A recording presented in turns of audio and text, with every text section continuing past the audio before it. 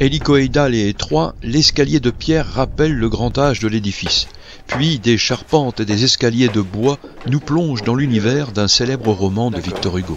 C'est le chemin que doit prendre le carillonneur pour arriver juste au-dessous du campanile où trônent les cloches du carillon. Oui, c'est un petit périple, il y a des escaliers, des échelles de meunier, on a pu les voir, c'est pas forcément toujours très confortable, il n'y a pas d'ascenseur comme dans certains beffrois, mais c'est ça la joie aussi d'être carillonneur. On monte au clocher, donc oui, c'est toujours un rituel, et c'est un moment, on se dit maintenant, voilà, je suis arrivé, je vais pouvoir enfin m'amuser avec le carillon. Chaque touche du clavier est reliée au bâton d'une cloche par un système de transmission mécanique composé d'un câble dont la tension est réglable. Un peu avant le récital, le carillonneur fait ses réglages.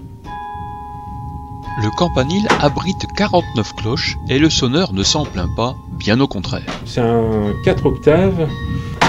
Avec ça, on peut faire des choses.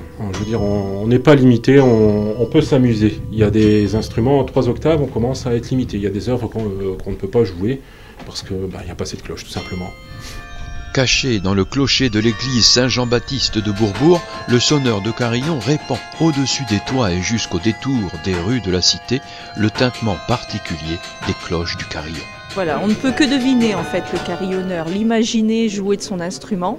Par contre, il nous est possible de visionner les cloches qui bougent au gré des mélodies et ça, c'est relativement agréable.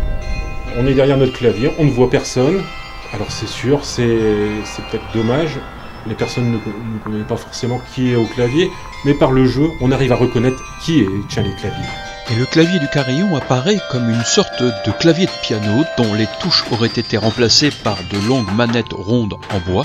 Disposées sur 2 étages, les plus courtes représentent les touches noires d'un clavier classique de piano. Elles sont disposées au niveau supérieur. Il y a aussi un pédalier qui permet d'actionner les cloches les plus graves, donc les plus lourdes. Voilà pourquoi moi aussi, je dirais que je m'amuse avec le carillon, parce que tout simplement, si on regarde ici le carillon, on a un clavier et on a un pédalier. Donc c'est indépendance main et pied. Chose qu'on a également à l'orgue, on a un pédalier et on a des claviers. Donc oui, il faut savoir quand même avoir une approche, soit du piano, parce qu'il y a clé de sol, clé de fa, et si on a fait de l'orgue, c'est encore en plus un avantage.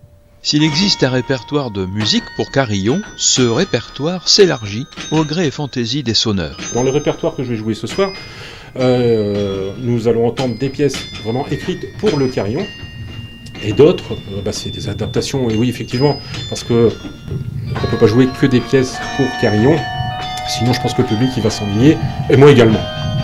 Il en faut pour tout le monde, et il faut savoir se faire plaisir et faire plaisir à tout le monde.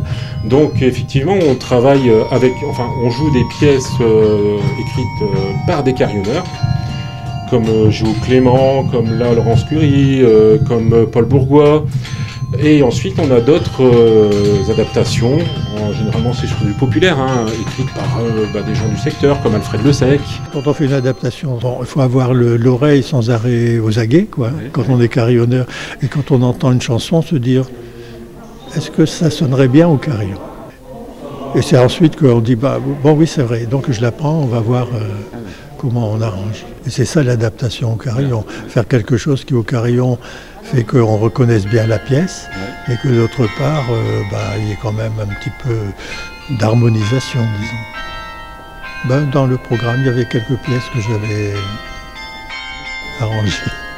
Natif de Bourbourg, c'est dans le cadre du festival de carillon en Flandre qu'Aldo Speck a donné ce récital sur le carillon qu'il connaît bien. Tout petit, on entend les ritournelles. Et quand j'étais au collège Notre-Dame, j'entendais également les ritournelles. Mais aussi, il y a le fait que j'étais enfant de chœur. Quand on était jeune avec mon ami Vincent, on allait voir les cloches. On s'amusait avec les cloches même. Donc voilà pourquoi, tout simplement, depuis longtemps, je suis attiré par cet instrument. Au niveau national, il existe une structure qui regroupe les communes qui ont un carillon et s'occupe de faire la promotion au sens large de l'art campanaire.